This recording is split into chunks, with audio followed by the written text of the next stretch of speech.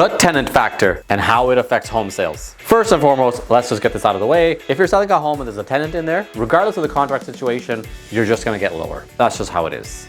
Given the backlog at the landlord or tenant board, even if you have all your T's crossed and I's dotted, all your paperwork perfect, the tenant could just not leave. So a lot of buyers are steering clear of any listing that has a tenant, even if they've said that the tenant will leave on this date. Think of it like having vegetables on cheap day.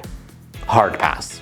Now, if you do proceed to sell, let's say the tenant is under contract. There's another 6 months remaining. Well, the new buyer must inherit the tenant and respect the terms of the original lease. At the end of that lease, or if the tenant is month to month, the new buyer can evict the tenant for their own personal use. They cannot, and I repeat, they cannot kick the tenant out only to bring a new tenant for at least 1 whole year.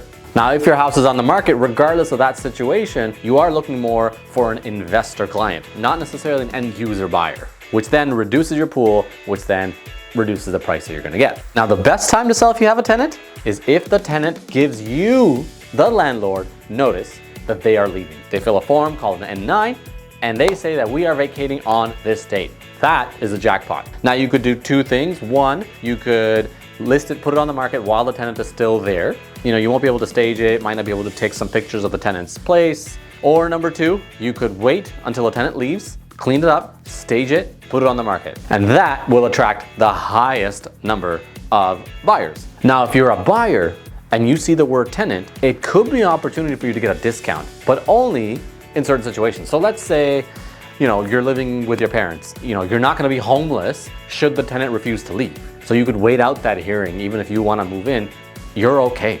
Here's a pro tip. If you're lonely, do not, and I repeat, do not buy an investment property thinking that you're going to become BFFs with the tenant. You'd be like, hey tenant, you wanna go for a coffee? Wanna be friends? They'd be like, can you just fix the leaky sink? And no, I don't wanna be friends. Thank you for watching. For more content like this, hit the follow button.